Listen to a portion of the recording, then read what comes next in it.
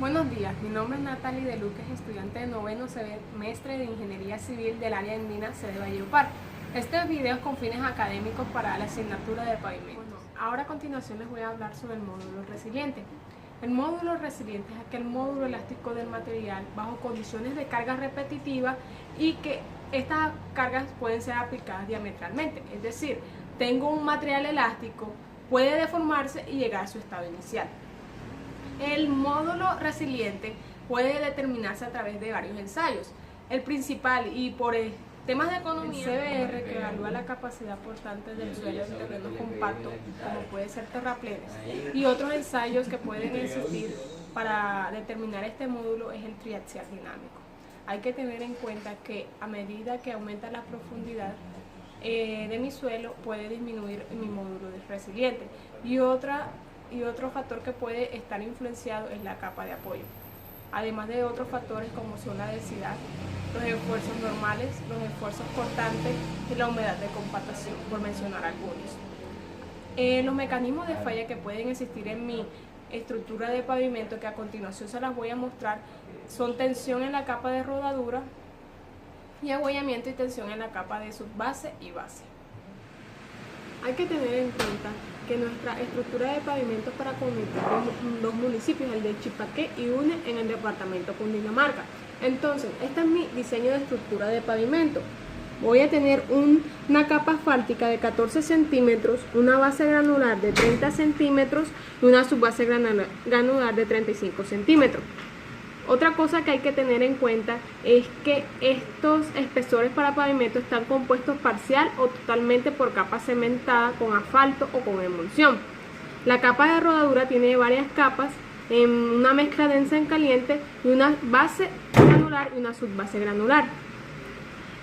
Las deformaciones que pueden existir en esta estructura es una deformación unitaria por tensión horizontal en la parte inferior de la capa asfáltica, bien sea tratada con emulsión o con una mezcla densa en caliente, y una deformación unitaria por compresión vertical en la superficie de la subrasante. Si la deformación unitaria por tensión es excesiva, se presentarán agrietamientos de la capa tratada, y si la deformación unitaria por comprensión es excesiva, se presentará deformación permanente de la superficie del pavimento. Para hallar el módulo de resiliencia debemos de tener en cuenta el módulo de los granulares. Al calcular el módulo de resiliencia en nuestro diseño nos dio un total de 270 kilogramos sobre centímetros cuadrados.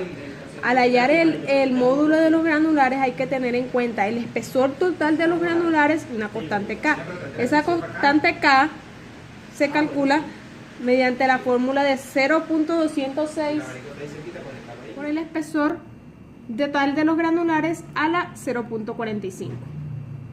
Esto elevado a la 0.45. Entonces, este valor de constante K, cuando lo calculamos, debe estar entre 2 y 4. Si nos da entre esos dos valores, está bien. Entonces, al calcularlo, nos da un valor. Nuestro espesor total de los granulares es de 550 milímetros. Entonces, esto elevado a la 0.45 me da un valor de 3.53. Entonces, como debe estar entre 2 y 4, está exacto. Ahora, para hallar el módulo resiliente de los granulares, calculamos todo esto y nos da 951.46 kilogramos sobre centímetros cuadrados. ¿Qué debemos de tener en cuenta? Debemos de tener en cuenta el comportamiento de los pavimentos flexibles, que este depende de gran manera no solamente de los métodos de diseño estructural, depende de la temperatura, las condiciones de drenaje regional, la hidrología y otras que pueden jugar un papel muy importante. Generalmente, el análisis comparativo de los resultados de los métodos de diseño se pueden observar diferencias importantes en su estructura, en especial en los espesores de la carpeta asfáltica y en su número estructural, el cual puede variar hasta en un 100% al cambiar el método de diseño.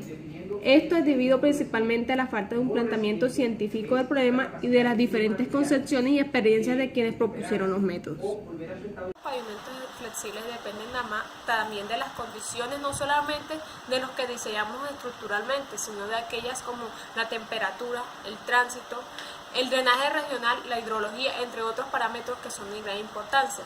Al comparar los módulos resilientes que obtuvimos, nos pudimos dar cuenta que es de gran importancia saber el espesor de la capa asfáltica, también el espesor de la base granular y también el número de la estructura.